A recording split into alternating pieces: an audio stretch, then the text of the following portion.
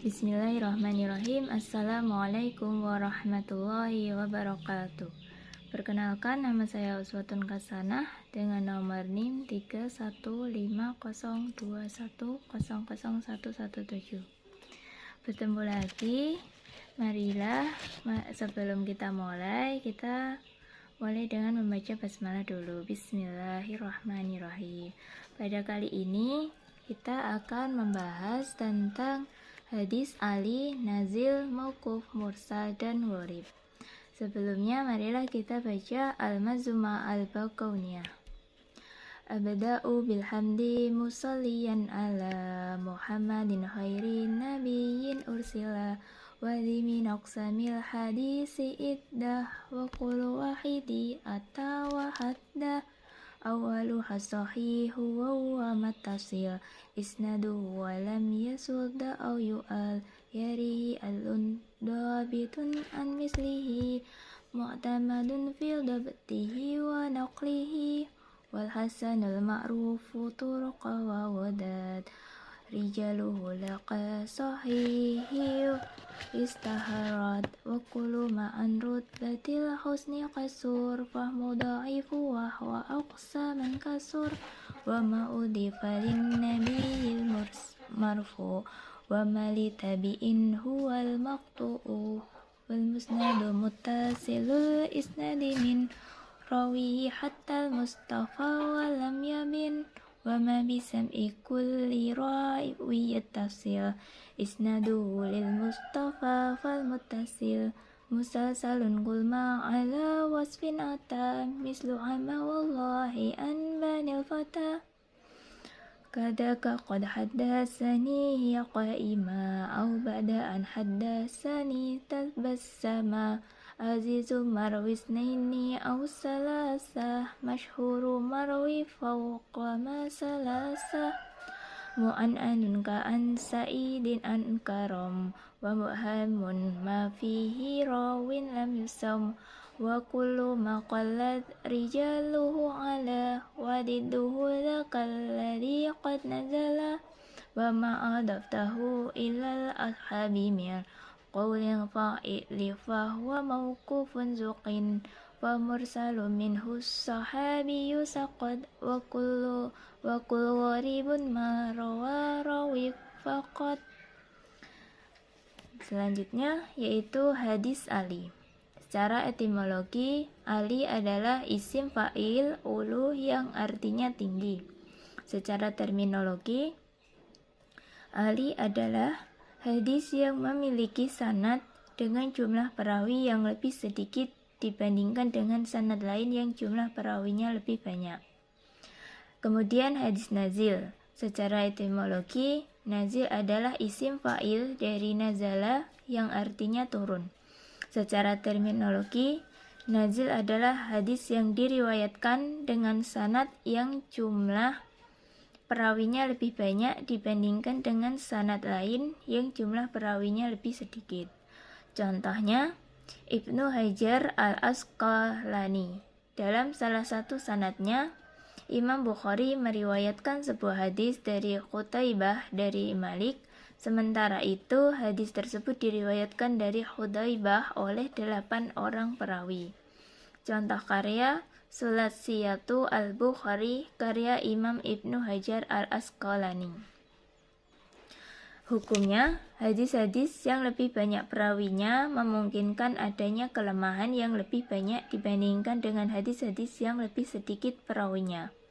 Dengan demikian, hadis Ali itu lebih kuat dan dekat dengan hadis-hadis yang makbul daripada hadis nazil. Namun demikian, jika hadis nazil itu bisa lebih kuat jika para perawinya benar-benar dipastikan lebih bersih dari cacat dan kelemahan, atau atsaq, al-fards, dan al-afqah dari perawi hadis Ali. Para ulama hadis sangat menekankan pentingnya sanad dalam meriwayatkan ilmu hadis dan hadisnya sendiri. Para penuntut ilmunya juga sangat ditekankan untuk mencari sanad hadis Ali, karena dirasa lebih kuat. Abdullah bin Mubarak, al-isnadu middini laula al-isnadu laqala man sya'a ma sya'a. Sanad itu bagian dari agama. Tanpa sanad maka orang akan berbicara sesuka hatinya. Kemudian hadis mauquf. Secara etimologi, mauquf adalah isim maf'ul dari waqaf yang artinya berhenti. Secara terminologi, hadis mauquf adalah hadis yang disandarkan kepada seorang sahabat berupa ucapan, perbuatan maupun ketetapan. Imam Bukhari juga meriwayatkan bahwa Ibnu Abbas radhiyallahu anhu mengimami sholat meskipun dengan tayamum. Sedangkan contoh hadis mauquf berupa ketetapan adalah saat seorang tabi'in mengatakan, "Aku melakukan hal ini di hadapan salah seorang sahabat dan tidak disalahkan sama sekali." Hukumnya, pada dasarnya hadis mauquf tidak bisa dijadikan hujjah atau dalil hukum, karena hanya ucapan dan perbuatan sahabat sebagai manusia biasa. Namun jika menguatkan hadis dhaif, maka bisa dijadikan penguat. Dan jika ada yang menguatkan hadis mauquf, bisa meningkat menjadi hadis marfu, yaitu manakala hanya sebatas lafal, sedangkan hukum atau esensinya adalah hadis marfu yang dinisbatkan kepada baginda Nabi SAW. Seperti ucapan Sayyiduna Jabir bin Abdillah radhiyallahu anhu, ketika kami menaiki suatu jalan, kami membaca takbir, dan ketika turun kami membaca tasbih. Kemudian hadis mursal. Secara etimologi, mursal adalah isim maf'ul dari kata arsala yang artinya melepaskan.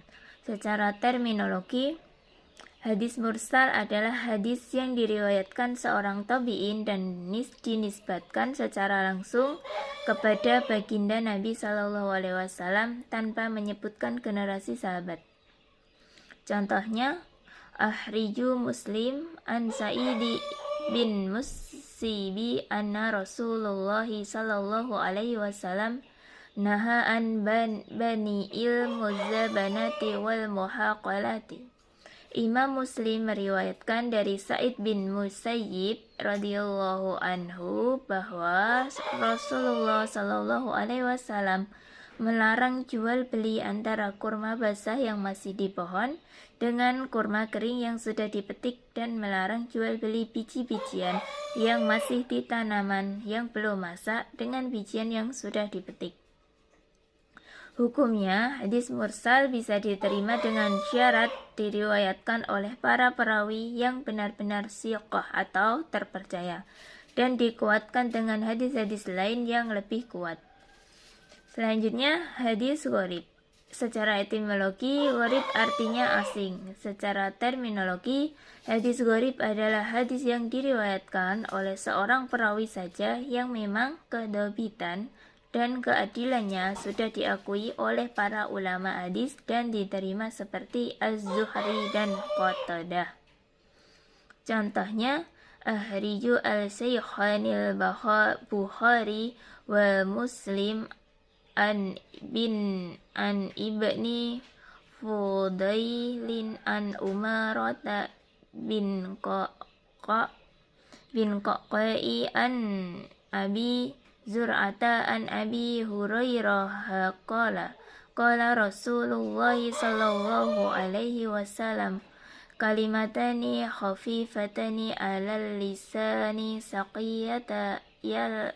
saqilatani fil mizani habibati ilar rahmani subhanallahi wa bihamdihi subhanallahil azim. Diriwayatkan oleh Imam Bukhari dan Muslim dari Ibnu Fudail, dari Umarah bin Qaqah, dari Abi Zur'ah, dari Abu Hurairah radhiyallahu anha, Rasulullah bersabda, "Dua kalimat ringan di lidah, berat di timbangan amal, sangat dicintai Zat yang Maha Penyayang.